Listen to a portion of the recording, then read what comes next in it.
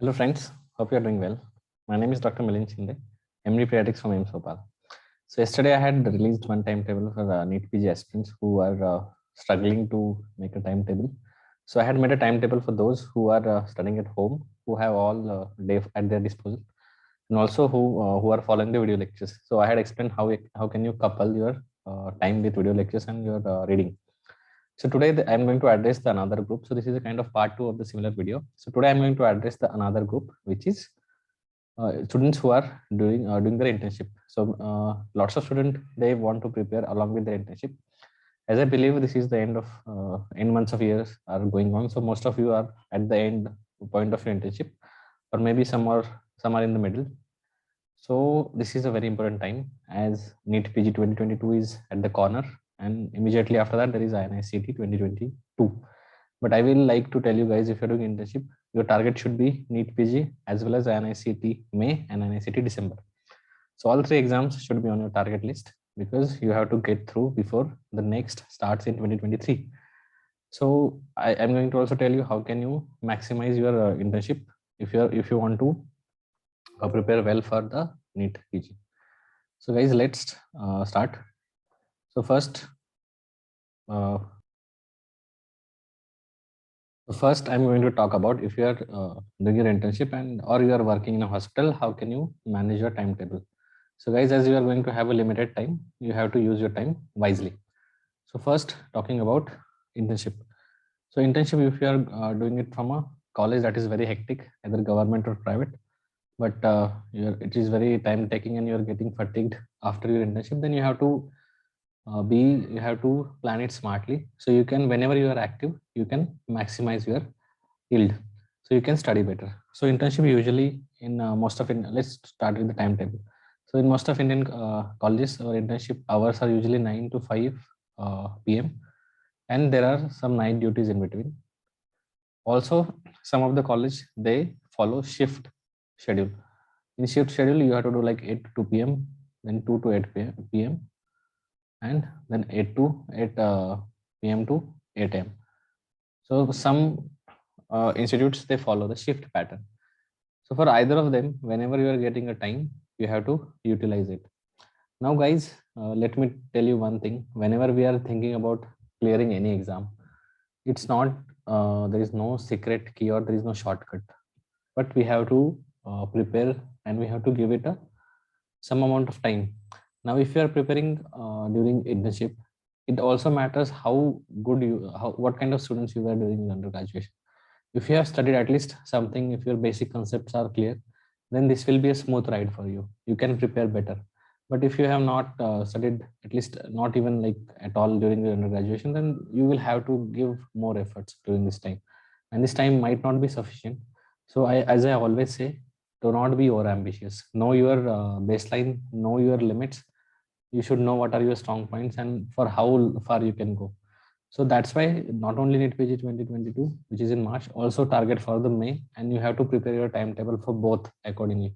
If you become over ambitious and try to prepare in a harder way for the NEET PG, then you're going to spoil your timetable. You are just going to read roughly what most of the people have done for last 3 exams, and that is why your rank doesn't come good. So you have to plan rightly so you can go for your March 2020 exam. So first I'll share with you what should be your daily timetable. So if your day starts at 9 a.m., I will advise you if to get up early.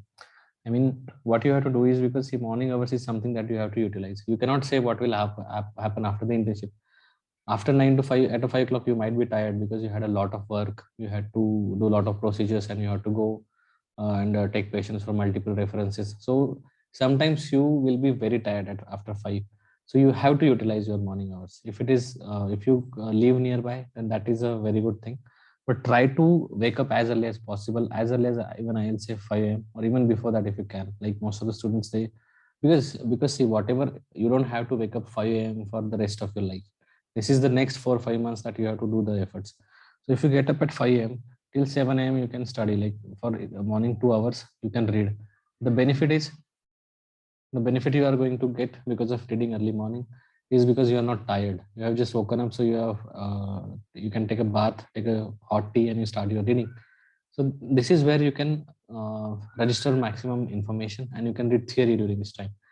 Then let's say till 7:30 also you can prolong this, and then you have to get ready for your work, and then you have to travel, and you'll start your internship between 9 a.m. to 5 p.m. Now the what is important is I'll tell you what you're going in a subsequent slide. I'll tell you what you're going to do between 9 a.m. to 5 p.m. Now, once your internship is over at 5 p.m., suppose it takes half an hour to reach at home, you reach at 5:30 p.m. Just go and hit the bed. I mean, just sleep at 5:30. Set an alarm for 1 hour and wake up at 6:30 p.m. So let this sleep of this 1 hour be your refreshing time. That again you feel when you get up, you'll feel like okay, now I'm fresh. I'm ready to start again. And this time is you have to set aside your all friends and your family and all the functions because you are barely getting any time to study. So you have to focus every time. You have to invest every single minute into studying, not a cricket match, not a movie, not a birthday parties. I have myself sacrificed a lot of things. I have not attended my friend's marriage, but this is something that works in your favor. That is going to whatever sacrifices you are going to make, they are going to work in your favor. So do not waste a single minute. So once you get up at 6:30 p.m., have your tea. Again, go to the your study table, and now you have to read theory. Okay, we are talking about theory. Then from 6:30 till 8:30, 2 hours you can read. Then 8:30 to 9, you can have your lunch, dinner, 9 p.m. And then 9 to 10, again read theory. So you have to just read your theory, your notes, or whatever the classes which you might have attended previously, or any review books you are following, or the notes. You just have to reading the theory. Nowhere I have mentioned the MCQs. So morning at 2.5 hours you are getting in the morning when you be like before going to the internship. Then around 6:30 to 8:30. So this is again some 2 hours you are getting, and plus 1 hour. So this is 5.5 hour of theory you are getting when you are reading it, like before and after coming from the work. So why I advise you sleeping at 10 p.m. If you can prolong, if 6 hours sleep is enough for you, you can increase it to 11 p.m. because you have to get up at 5 a.m. So you have to minimum you have to sleep 6 hours. Do not sleep less than 6 hours. In the later part of your preparation, like when there is 1 month left, then you can further decrease your sleeping time to like 5 hours. But for now, 6 hours is must because if you don't feel fresh, you are not going to, you will won't be able to study properly. Okay. So now the thing is, this is how you have divided the parts. Now the thing is how you are going to utilize your time between 9 a.m. to 5 p.m. when you are there. So whenever you are in your internship or you are working somewhere, like you're working in a OPD or in a like you're working as a junior resident. So whenever you are on duty, always I have said it in my previous videos also. So always carry a MCQ book. Don't use mobile phones. See, we have a lot of apps, a lot of people, students are using, but see, I have seen people getting distracted because of it takes a lot of efforts to stay motivated using phone because phone will always give you some other notification and you can carry it away to somewhere else and maybe you are not able to, and it is difficult to revise also. So what you do, there are for those all interns, I'll say for you the previous year questions matters the most because you have limited time. So if you want to maximize your benefit, if you want to get more and more benefit, you have to work on previous years MCQs. So whenever you travel to work, see, internship is like you have to, most of the times you have to fill the, like what we have done is we have to fill the forms or accompany the patient. So whenever you are accompanying the patient, you can just solve the MCQs in your phone. But when you are sitting in OPD, if there are no patients, or if you are just sitting in ICU, if you have a night duty, and like you're doing the monitoring, so every 1 hour you have to record, and in between you are free. So that is the time you have to solve the MCQs. So MCQs, either you can have a as I have mentioned, there is Dr. Mudit Khanna sir's previous year's MCQs part A and part B. Okay, so it has MCQs from 2011 to 2020. And then other is Dr. Pritesh Singh. So he has given also the same MCQ books with the name Essence. So INIT and NEET Essence. See, the benefit of having MCQ books is whenever you have a doubt of a question, you can mark it, and then next time you can come back and revise those. Also, whenever you are studying, make a lot of charts, like make a tables, make a mnemonics, and have their pictures. Like take a picture in your phone, and during these hours, try to revise those pictures. Try to memorize these tables, because see, I have seen few people, like when I see my interns here. So I see most of the interns, they carry the theory book. They will carry a notes or like theory. See why it is difficult to read theory when you're working, because theory needs focus, theory needs concentration. You cannot read if there is a, like for example, you are reading these lines, then the patient will come, or your senior will ask you to go, and then you will come back. There's a high chance that you are going, this whatever you read is going to evaporate. Then next you are going to, and you are this link, sometimes these parts are linked, so this link gets broken, so you are not able to correlate, or either you have to start from here again, or if you continue with the same reading from the next line, you're going to forget everything what you have read. So what my personal opinion is, if you want to maximize your time when you're working, and if you're getting like half an hour, 15 minutes in between, solve MCQs. The benefit of MCQs is there is one MCQ regarding, let's say, about one topic. If you're solving from such book which has all subject MCQs, suppose you solve this MCQ, so you read the MCQ and you are thinking about the answers. Then if your senior asks you to go and get something, if you are not sure about the answer, you can think about it while you are on the way. You have all the time in the world to think. Then you come back and you're like, okay, I think the answer is 3, because while going you thought about it. And see, it doesn't matter if your link was broken, because your concentration and focus required only for a particular MCQ. When you come back, you will solve the second MCQ, which will require which might be from the other subject. So this will require another, different focus and different concentration. So this will give you more yield. And no matter what people say, I have during my preparation, I have read lots and lots of interviews, and I heard a lot of people. Everyone says that solve previous year MCQs. You will not realize that they were repeated, but it somehow helps. It is going to help you. It is going to help in your favor, no matter what other people say. See, what I'm telling you guys is as what is students' opinion and what is I have experienced. Solve previous year MCQs. It will not waste your time. See, what has changed is earlier they used to ask that what is the branch of the brachial arc, suppose anatomy question. But now they are showing the brachial arc and they're asking you with the arrow what nerve it is. So you have to just be smart. You have to, whenever you're reading the anatomy MCQs, you have to see the atlas also, because that is the changing pattern of the exam. But the MCQs are being repeated, but the time of with the type, they are asking it with a different type. Also for the clinical questions, solving MCQs will help you thinking. So when you go and write your exam, so your brain is already trained for such kind of scenarios. So guys, whenever you are, during these hours, use MCQ books. The second thing, very important thing is whenever you are doing your internship, you have to be attentive. You have to be attentive of the surrounding, because you will see a lot of questions are coming on the clinical scenarios. Like there is always a question on road traffic accident. So वो पूछेंगे RTA हो गया है, there is a lot of blood loss, and now you want to resuscitate fluids. So the question would be like which gauze cannula would be best to resuscitate, or they will just give the cannula. They will put one gray cannula, one blue cannula, one pink cannula. So they will just show you the images, and they might ask you which will be the best to give the fluids. Immediately you want to do the volume resuscitation. So if you have attended your posting, see what happens when you go to a pediatric ward in your internship. So you will see only there are 3 colors of either purple, yellow, or blue cannulas. If you go to medicine ward, you'll see only pink cannulas, sometimes maybe blue or green. If you go to surgery, you will see only green cannulas. If you go to OT to attend any posting, you'll see anesthetists always prefer gray or green cannulas.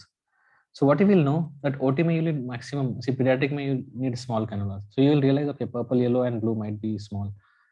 Medicine pink, surgery green, because surgery may there is a blood loss, so they need a higher bore cannula, higher gauge cannula.